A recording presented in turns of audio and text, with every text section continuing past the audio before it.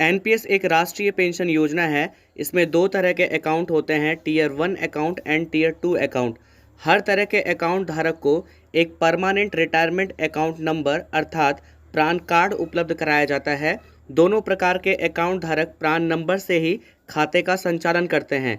कोई भी भारतीय जिसकी उम्र 18 से 60 वर्ष की हो इस स्कीम में शामिल हो सकता है।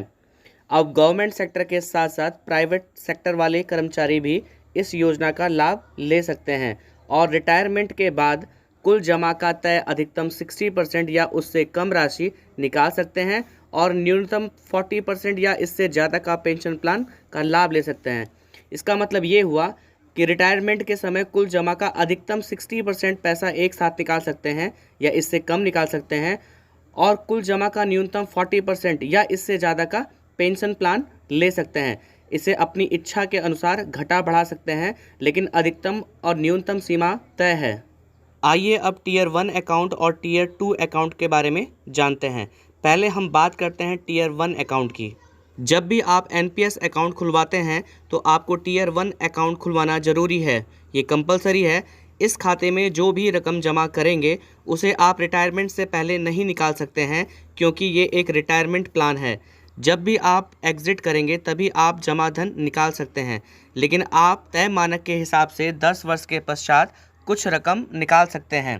टीयर 1 अकाउंट में कर्मचारी का योगदान उसकी सैलरी का 10% और सरकार का योगदान 14% होता है। टायर 1 सब्सक्राइबर 80CC-D1 के अंतर्गत इनकम टैक्स से छूट प्राप्त कर सकता है, लेकिन 80C की लिमिट 1,50,000 के उसके अंदर ही इंक्लूड होना चाहिए। इसके अलावा 80CC-D1B के अंतर्गत 50,000 तक अतिरिक्त इनकम टैक्स छूट मिल सकती है।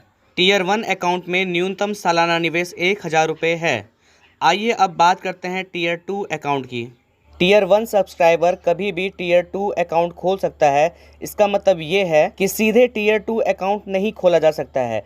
टीयर 2 अकाउंट खुलवाने के लिए पहले टीयर 1 सब्सक्राइबर होना ज़रूरी है और अपने हिसाब से कभी भी पैसा जमा कर सकता है।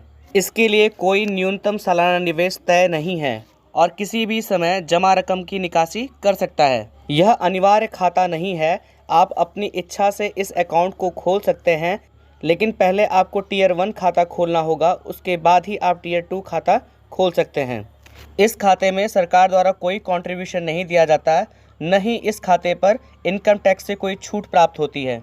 दूसरे शब्दों में आप कह सकते हैं टीयर 2 खाता म्यूचुअल फंड में निवेश की तरह कार्य करता है।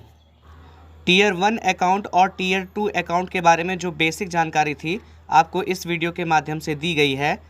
अगले वीडियो में जब टीयर 1 अकाउंट और टीयर 2 अकाउंट के बीच में अंतर स्पष्ट किया जाएगा, तब टीयर 1 अकाउंट और टीयर 2 अकाउंट के बारे में वृहद चर्चा की जाएगी। आशा करता हूँ कि आपको ये वीडियो पसंद आया होगा। आप सभी लोगों का बहुत बहुत धन्यवाद।